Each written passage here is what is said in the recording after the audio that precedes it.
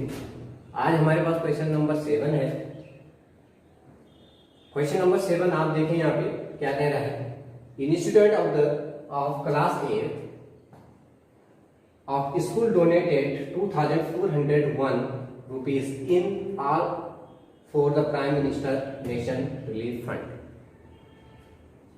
Each student donated as many rupees as the number of students in the class. Find the numbers of students in the school. ये कह रहा है कि class 8 के students कुछ क्या करते हैं, मनी को डोनेट करते हैं किसमें, prime minister national relief fund में। ठीक है, और वो कितने रुपीज हैं, 2,401 रुपीज।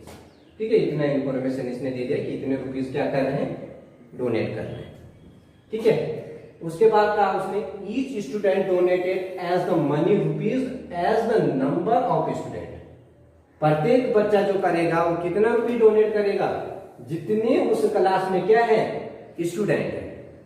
जितने स्टूडेंट हैं उतने ही पर स्टूडेंट क्या करेगा, उस क्लास उसमें prime minister national relief fund में क्या करेगा, रुपीस को डोनेट करेगा। यानी टोटल नंबर ऑफ स्टूडेंट जितने वहां पे स्टूडेंट है, और वन स्टूडेंट जो फंड डोनेट करेगा, वन स्टूडेंट जो रुपीस डोनेट करेगा वो भी कितना करेगा, जितने नंबर ऑफ स्टूडेंट वहां क्लास में। यानी अगर हमारे क्लास में 40 स्टूडेंट है तो वन स्टूडेंट क्या करेगा, 40 रुपीज डोनेट करेगा। ये कह रहा है क्वेश्चन। ठीक है, इतना इसने इंफॉर्मेशन दे दिया। अब क्वेश्चन पूछ रहा, find the number of student in the class. या कह सकता है कि फाइंड द नंबर, ये कह सकते हैं कि उस क्लास में कितने स्टूडेंट है, या कह सकता है कि find the rupees donated by the one student. ये भी कह सकते हैं कि एक स्टूडेंट द्वारा कितने रुपीस को डोनेट किया गया है, या उस क्लास में टोटल कितने स्टूडेंट हैं। तो ये हमारे पास क्वेश्चन है। दो इंफॉर्मेशन इसने दे दिया कि टोटल नंबर ऑफ स्टूडेंट हमारे पास इतने हैं जो prime minister national relief fund में क्या कर रहे हैं, डोनेट कर रहे हैं। और उस क्लास में उसने कंडीशन बताई कि जितने वहां पे क्लास में स्टूडेंट है उतनी ही रुपीज एक स्टूडेंट क्या कर रहा है, कलेक्ट कर रहा है, डोनेट कर रहा है। तो अब इस क्वेश्चन को आगे सॉल्व कर ना, तो क्वेश्चन को सॉल्व करते हैं। तो सबसे पहले हमें ये नहीं पता है कि क्लास में कितने स्टूडेंट हैं, तो हमें क्या करना पड़ेगा, लेट करना पड़ेगा। ठीक है, तो हम करते हैं, यहां पे देखते हैं, let number of is equal to how much, let हमने क्या किया, एक्स स्टूडेंट है। हमने देखा है कि total number of student by chance हमारे पास क्या है, किसी भी क्लास में कर दिया, हमें नहीं, अभी इंफॉर्मेशन कंप्लीट नहीं है कि कितने स्टूडेंट है, हमने कर दिया एक्स, हमने इसको डिनोट किया। अब देखो अकॉर्डिंग टू क्वेश्चन क्या कह रहा है कि जितने क्लास में स्टूडेंट है तो उतनी मनी क्या करा, एक स्टूडेंट ने क्या किया, डोनेट किया। तो money donated, money donated by one student कह सकते हैं, या टोटल स्टूडेंट हो, तो ये क्या हो जाएगा, एक्स, ये टोटल नंबर ऑफ स्टूडेंट, तो total money of donated bye student तो क्या हो जाएगा, एक्स मल्टीपल बाय एक्स। क्यों, टोटल नंबर ऑफ स्टूडेंट कितने, एक्स है, और एक स्टूडेंट कितना कर रहा है, एक्स रुपीज को क्या कर रहा है, डिनोट कर रहा है। तो ये किस फॉर्म में आ गया, रुपीज के फॉर्म में आ गया। ये हमने जो लेट किया था ये हमारी, यानी total number of student is equal to किसके इक्वल है, कि वन स्टूडेंट के द्वारा जितना रुपीज क्या कर दिया गया, डोनेट किया गया। तो ये दोनों आपस में को तो टोटल अमाउंट क्या हो जाएगी, कितनी हो जाएगी। और ये अमाउंट किसके इक्वल है, जो हमने टोटल अमाउंट वहां पे क्या करी थी, डोनेट करी। तो क्या हो जाएगा, अकॉर्डिंग टू क्वेश्चन क्या हो जाएगा, अकॉर्डिंग टू क्वेश्चन क्या हो जाएगा, rupees 2401 is equal to how much, x multiple by x. हो जाएगा इतना।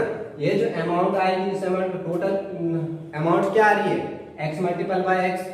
अरे मैं बाई चांस मैं कहूँ कि एक क्लास में क्या है, 10 स्टूडेंट है, और वन स्टूडेंट कितना, उतना ही रुपीस क्या कर रहा है, डोनेट कर रहा है, जितने उस क्लास में स्टूडेंट है।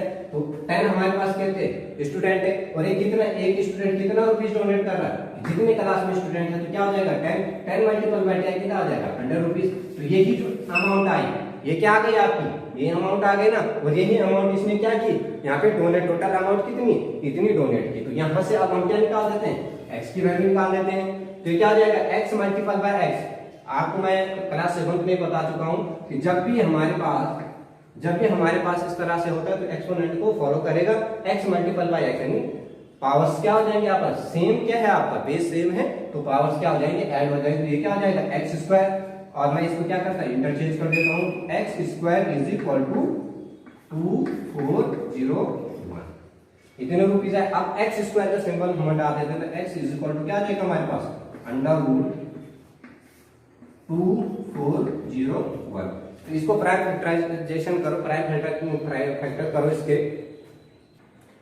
तो प्राइम फैक्टराइजेशन की इसका प्राइम फैक्टर सबसे स्मॉलेस्ट प्राइम नंबर इज 2, तो 2 से ये डिवाइड होगा नहीं क्योंकि इसकी वंस प्लेस में क्या आ रहा है 1 आ रहा है। तो 3 को चेक करो, 3 4 जा, तो ये भी 3 से नहीं होगा। तो नेक्स्ट प्राइम नंबर है हमारे पास 5 से भी डिवाइड नहीं होगा। 5 के बाद हमारे पास 6 आपका प्राइम नंबर नहीं है। 7 को देखते हैं, 7 3 जा 21 एंड ये 30 हो गया, एंड 37 4 जा 28 एंड 7 3 जा 21। तो ये किससे डिवाइड हो रहा है 7 से डिवाइड हो रहा है। तो 7 3 जा 21 यहाँ पे 3 आ गया, ये 30 हो गया, तो ये क्या बन जाएगा 7 4 जा 28, यहाँ 2 बच गया, ये 1 हो गया 21 और 7 3 जा 21। ओके, नाउ 7 से नीचे अब हम प्राइम नंबर को चेक लेंगे, अगेन 7 को चेक करेंगे। तो 7 3 से क्या 7 4 से क्या आ जाएगा 28, यहाँ से कितना बच गया 6 और ये हो जाएगा 3, और 7 9 से कितना होता है 63। तो 7 4 जा 28, यहाँ से 6 और 7 9 जा आपका आ जाएगा 7 9 जा आ जाएगा आपका 63। आगे 7 से चेक करते हैं, तो 7 7 जा आ जाएगा 49, और इसका जो प्राइम फैक्टराइजेशन हुआ वो आया आपका इतना। तो ये आ गए इसके प्राइम फैक्टर। अब प्राइम फैक्टर आ गए तो हमारे पास क्या थी इक्वेशन थी x square is equal to under root, x square is equal to क्या था x square is equal to under root 2401। इसको क्या लिख सकते 7 multiple by 7 multiple by 7 multiple by 7। अब हम रूट को हटा देते हैं, तो रूट अगर हमारा अंडर रूट हट जाएंगे 1/2 पावर हो जाएगी, और ये 7 की पावर कितनी 4 है, तो ये आ जाएगा 2 7 टू पावर 2, यानी यहाँ से हम पीआर बना के इसको क्या निकाले 7 मल्टीपल बाय 7। तो ये क्या आ जाएगा x is equal to 49।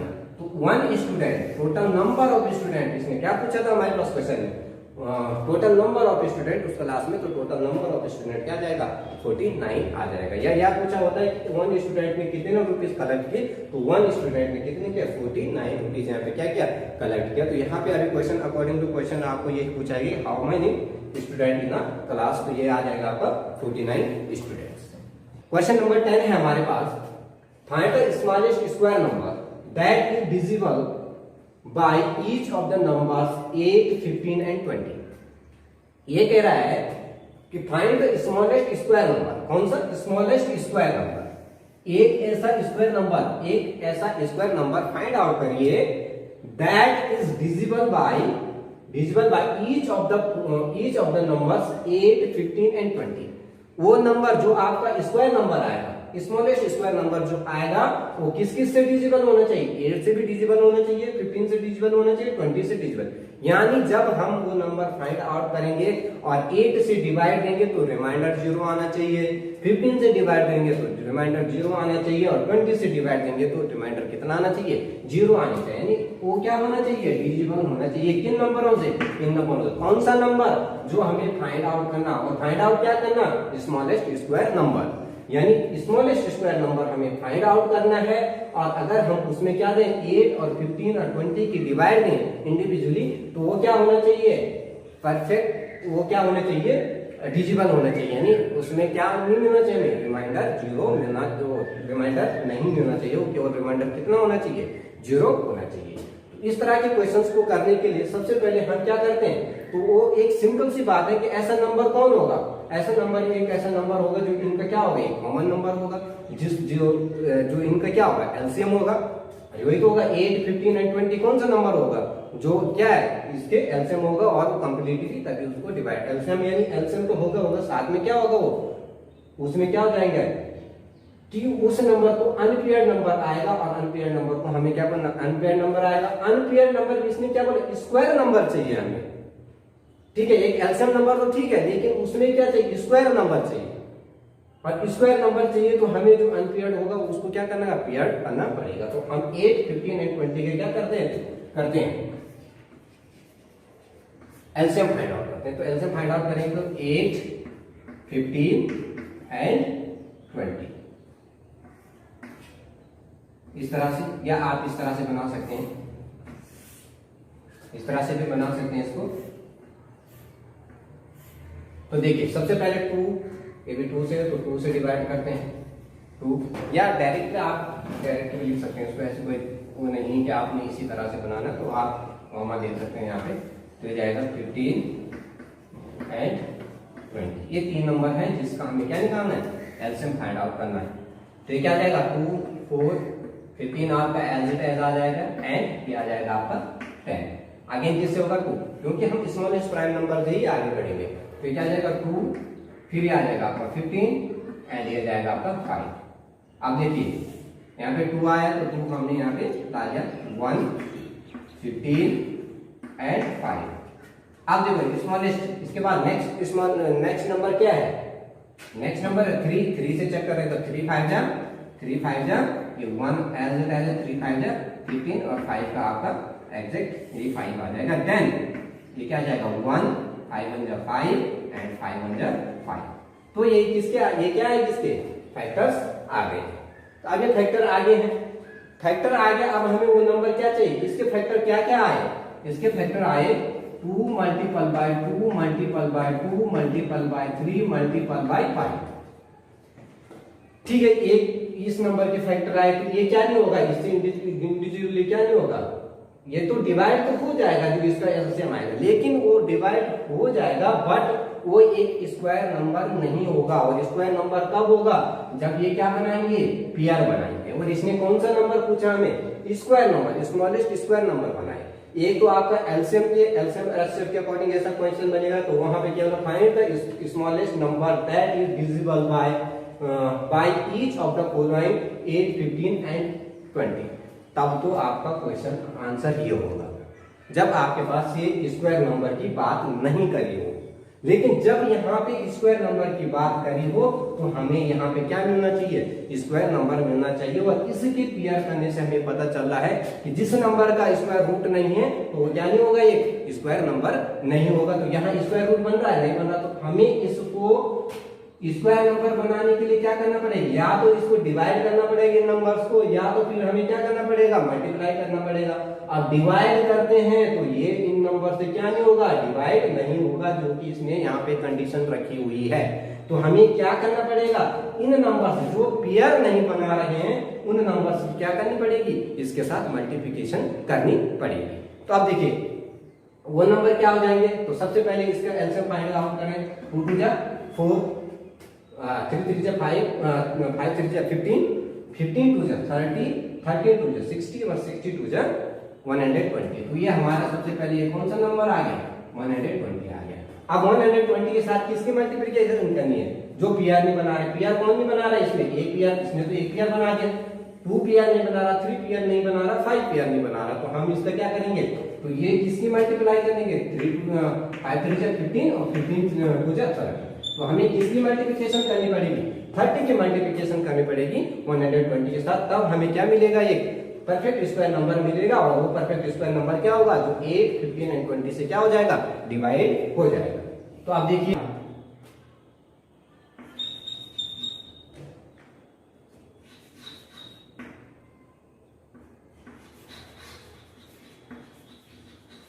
Multiply किस नंबर से मल्टीप्लाई करना है, 30 से, जो क्या नहीं कर रहा है इसको, जो क्या, जो जिसके क्या नहीं बना रहे, पेयर से नहीं बना रहे। पेयर 2 3 5 भी बोला, 2 से इंडिविजुअल कर सकते हैं, 3 से कर सकते हैं, या डायरेक्ट आप इस नंबर को फाइंड आउट करके इस नंबर से multiple by 30, multiple by 30 to make it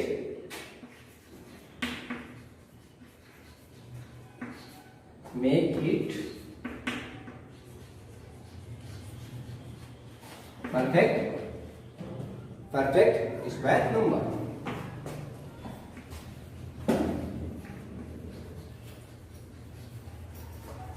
तो किससे हम इसके साथ अगर हम क्या करें, इस नंबर के साथ 120 के साथ क्या करें, 30 का मल्टीप्लाई करेंगे, वहां भी क्या मिलेगा, एक परफेक्ट स्क्वायर नंबर मिलेगा। तो ये क्या आ जाएगा 120 मल्टीपल बाई 30। तो इसको मल्टीप्लिकेशन करो, 3 2 जा 6 एंड 3 1 जा 3।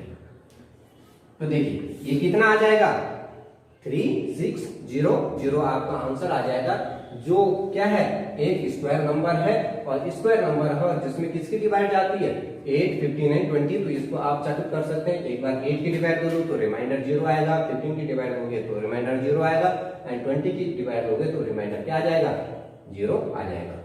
ठीक है, तो